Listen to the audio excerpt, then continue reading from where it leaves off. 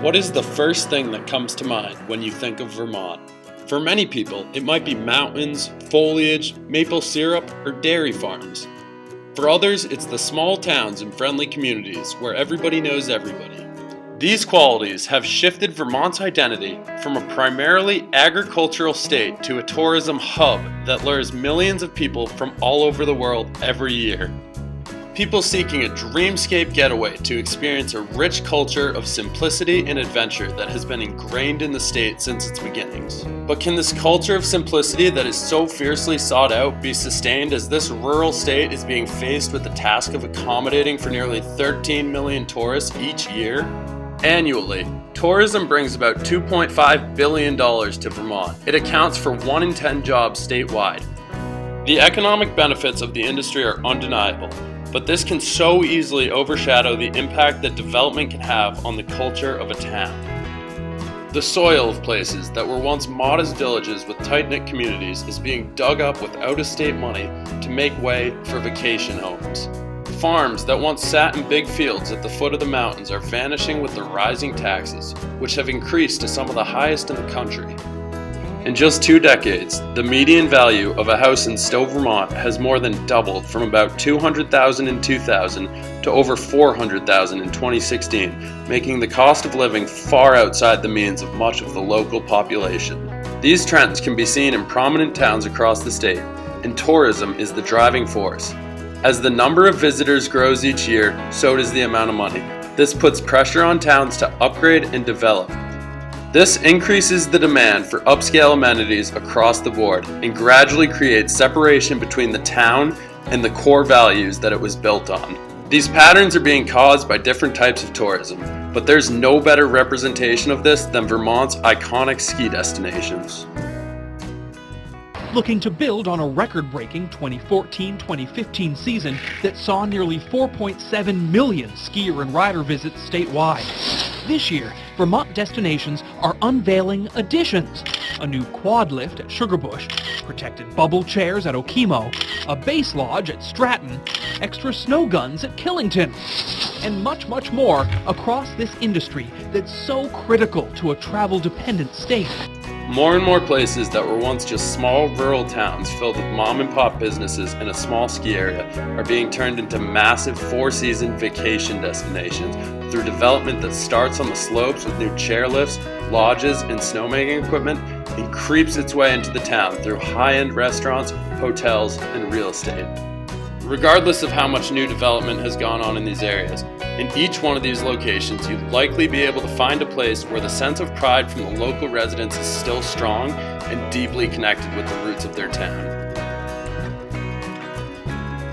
But is this sense of pride gradually fading as the locals are forced to sit back and watch overwhelming development continue to bury the deep-seated culture that once defined their town?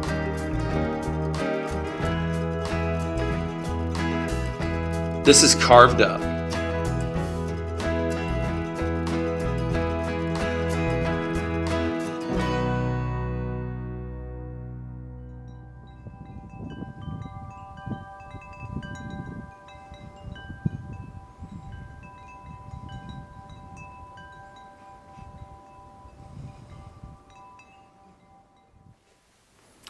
Skiing really exploded in the 1960s, especially here in Vermont.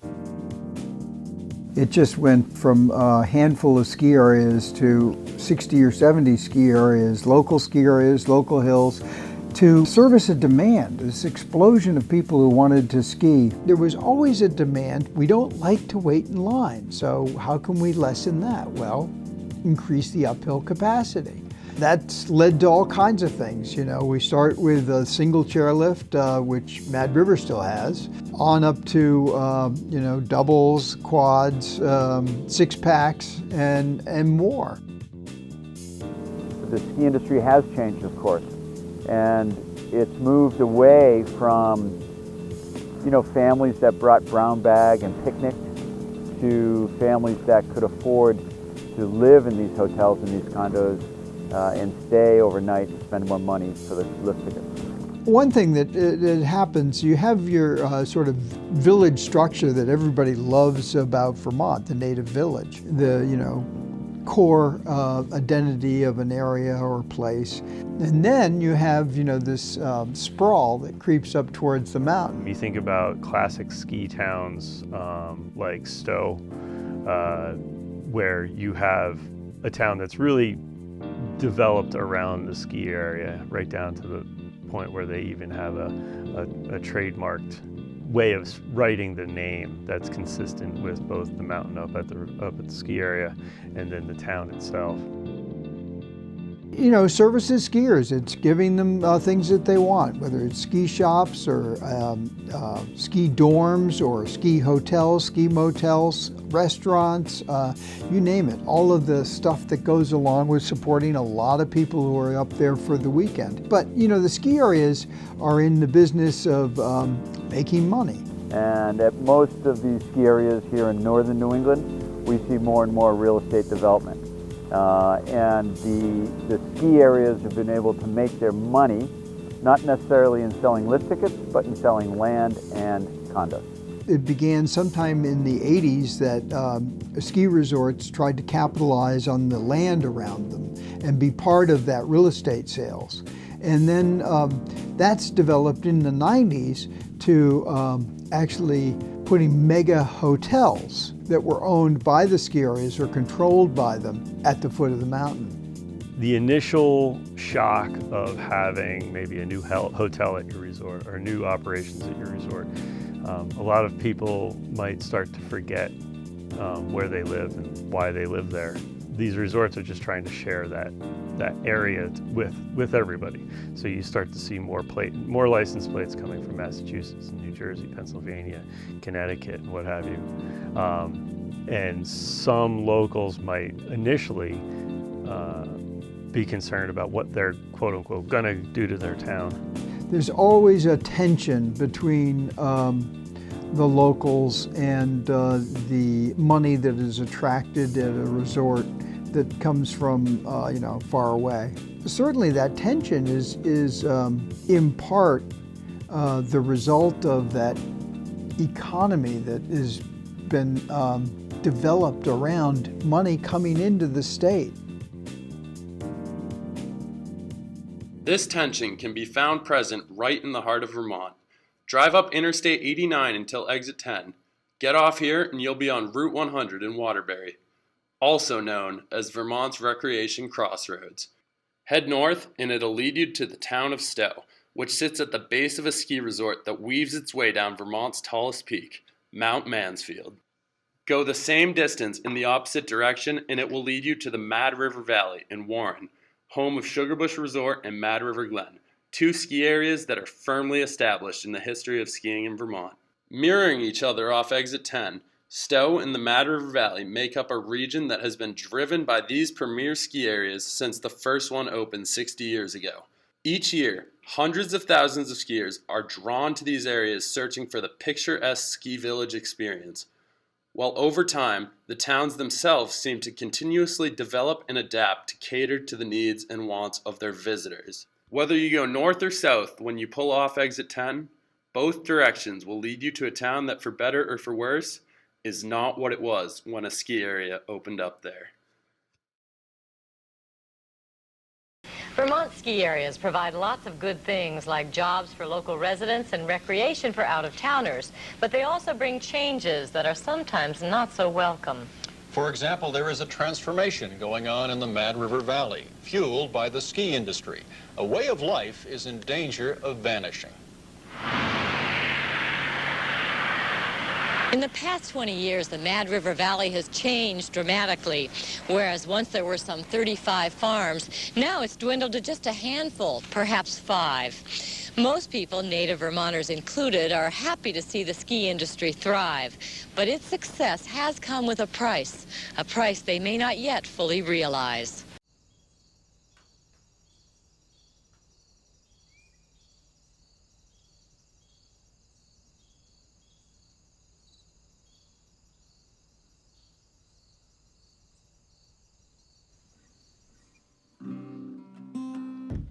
My name's Fred Messer. I'm 68. I've lived here all my life and have seen many changes here in Vermont.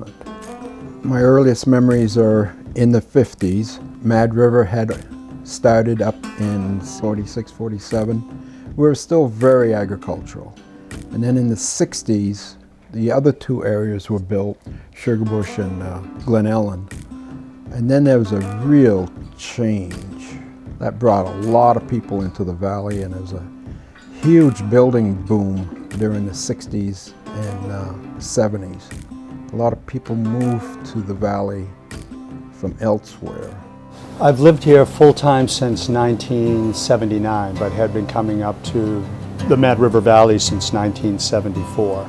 You know, I think the population of the valley is probably 7,000 or 8,000 people, but the population swells to 12, upwards of 14,000 people, with people coming up to the mountain, second homeowners. If you drive through the valley corridor back in 1979 and today, there's very little change. It's pretty much the same. All of the building is up on the mountainside, you know, where there's been an expansion of real estate to accommodate the new guests. After a bit, they started building restaurants and everything right up on the hill, so people didn't have to come off the ski area. A tourist would come in here, a skier would come in here, rent a condo or own a condo, and they'd stay right there on the area, within the ski area. So all of the restaurants, we used to be like 60 restaurants in the valley. You don't have that now, they're gone. I grew up here, you know, born and bred. Definitely noticed a big change. I think probably when I was a kid, like it may have been closer to 60-40, kind of like farmers and blue collar workers, and 40% more tourists and second homeowners. And now for sure, I mean, there's definitely a lot more transplants in that regard. Gradually it switched from being an agricultural community to one of building trades or tourism. For as long as I've been here, tourism has been our biggest industry. You know, we're lucky to have an owner like Win Smith up there now, who I think really values the community, and he lives here, and I mean, he shops in the store all the time. So I'm Win Smith, and I'm the principal owner and also the president of Sugarbush Resort. Well, you know, how has the relationship changed between us and the community? It's changed a lot. And you know, we have a set of values here, like every company should have, and one of them is to really be a responsible member of the community. And I realized that, you know, we own Sugarbush today, but we're just a custodian of it for a few years, and it really belongs to a lot more people than just us. And we also think that we're not just Sugarbush, we're part of this really special place called the Mad River Valley, and it's unique, it's been preserved well, it has a great environment, you know, it's a farming community as well as a recreation community. And so we recognized that we really had to work very carefully with the valley in order for them to support us. So it's really been a mutually beneficial relationship. You know, tourism is one of the largest industries here in Vermont, and it is because we have such beautiful natural environments. You know, this is something that is a resource that other people can't, you know, create. You know, if it weren't for tourism, I don't know that this valley would exist. It'd be very difficult for the businesses, for the shops, for the people to really survive if it weren't for the recreation of both Sugarbush as well as Mad River Glen, and that's true of most ski towns. Tourism can't sustain it, and that's our bread and butter here in the state right now is tourism. I think overall the growth has been good, has been responsible. It's a catch-22, you know, and the ski industries bring in a lot of people and they bring in a lot of employment and a lot of business, but you know, it's expensive. There's limited housing, and the housing that's here is pricey, and you know, and then the work is you know, as catch can. So there are a lot of people here that don't like the growth and discourage the growth, you know, for that reason. Many folks have sold their places just because they can't afford the property taxes. You've got to have something really going for you in order to own any amount of land. So do ski areas push away lower income people from living nearby? The answer is yes, many of them have. You know, it's an interesting conundrum, you know, wanting to be busier and more sustainable, but you know, keeping the integrity and the pristine nature of the valley the way that it's always been. I really think, and if this continues, and I don't see any signs that it's abating, we're going to have two classes in the valley and in Vermont. You know, you're going to have the rich people and you're going to have the people that are in poverty.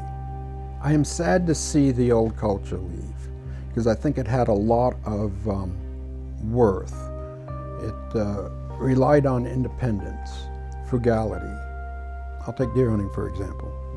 Deer hunting was a huge thing in Vermont. I can remember the Friday before deer hunting, Route 100, we sat here in the kitchen and we'd see the cars bumper to bumper coming into the valley.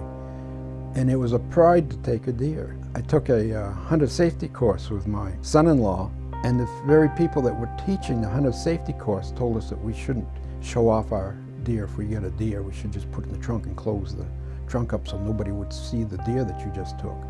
Oh my goodness, when I grew up, that was a sign of pride. A young man getting this new deer was a rite of passage.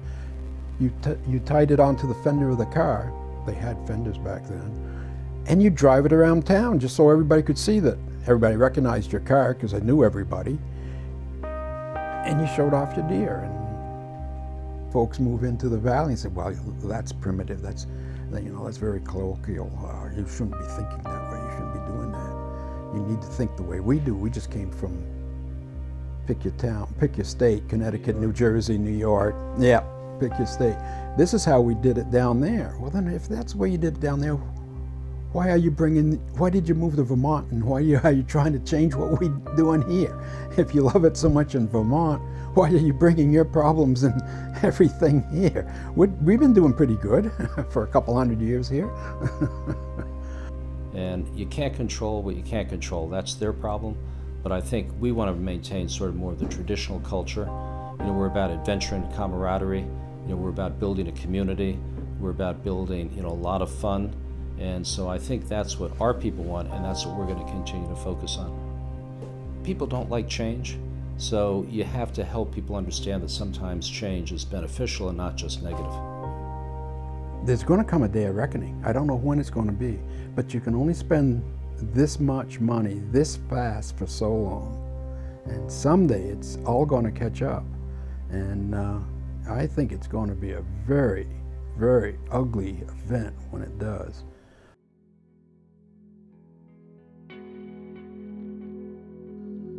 Travel in the opposite direction from the Mad River Valley on Route 100, and you'll end up in Stowe, Vermont, a town that shares the same name and logo as the enormous ski area that it sits at the base of.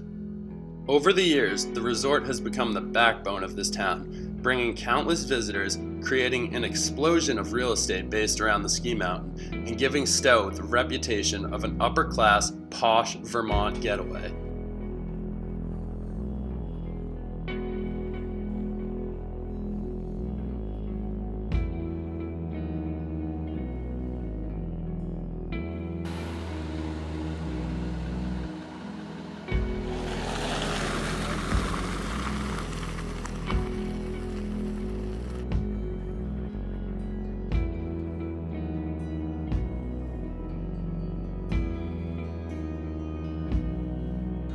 My name is Paul Percy. I'm a dairy farmer. I've lived here in Stowe all my life.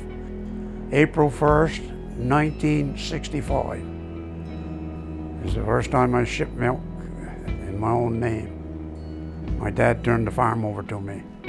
Well, it was all dairy farms up there on this hill. I think it was like 18 farms. I don't know whether you've been over the mountain road or not, but the Gale Center and Picasso's and all them, that was a farm when I was a kid.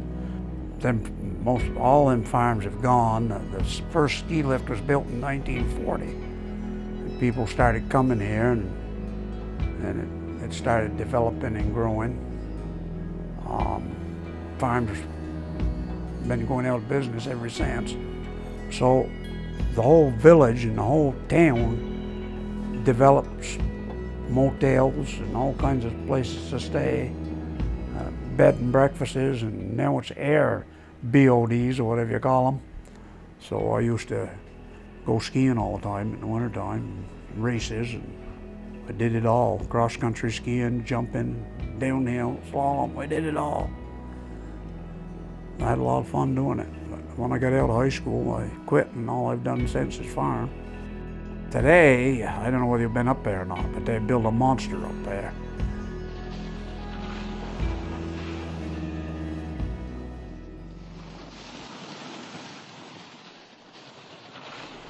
See, early childhood and stuff growing up in Stowe was fun. We had Friday program in Stowe Elementary and High School, which is like every Friday at lunchtime you can go skiing. So it was kind of cool having like the whole school, everyone you know, went skiing. So for me, it was really cool being able to ski a lot as a young kid and get to be outdoors and have neighbors that kind of, you were friends with their kids, everyone knew each other, everyone knew each other's brothers and sisters. You know, it's definitely a small town. The mountains have changed a little bit trails-wise. Parking lots have gotten bigger. I gotta say that huge behemoth of a building that is now spruce. You know, my memories of the old base lodge and playing video games in the basement and having lunch and pizza and stuff, it's so different now. So my parents' generation, it was a winter-only town, and there's no one here in the summer. Then there started to be some tennis and stuff, and they'd have a couple good weeks in the summer, and then more events started to be year-round, and Stowe business grew and grew and grew, and there's been tons more people lately, and it's changed a lot, you know. The people, the culture, it seemed a lot tighter then.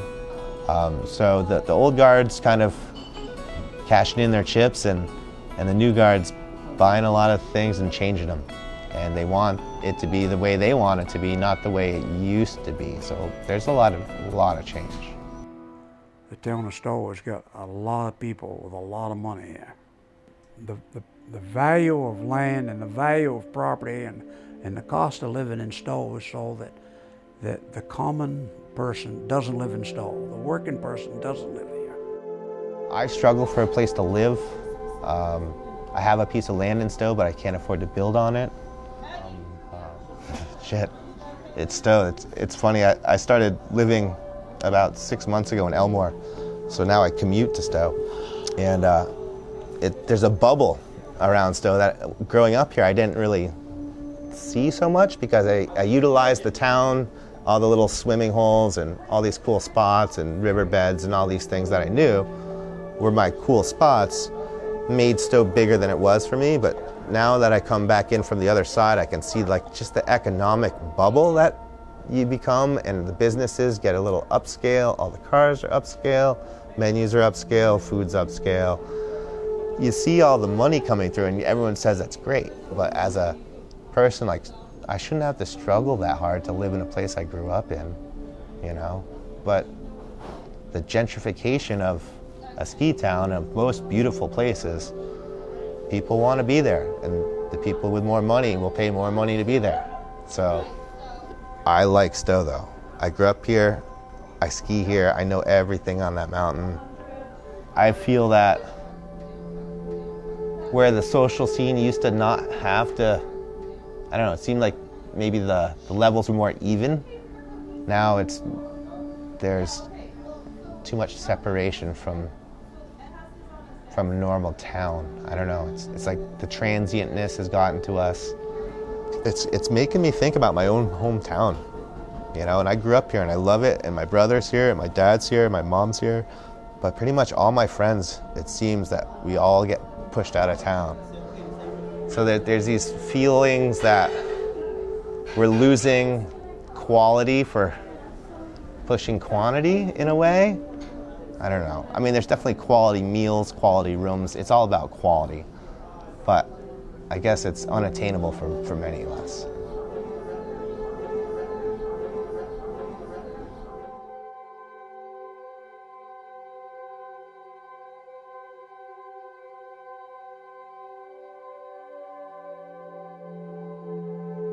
It seems that the influx of new faces, businesses, and demographics comes with the territory of living in an area that is world-renowned for its ski areas and natural beauty.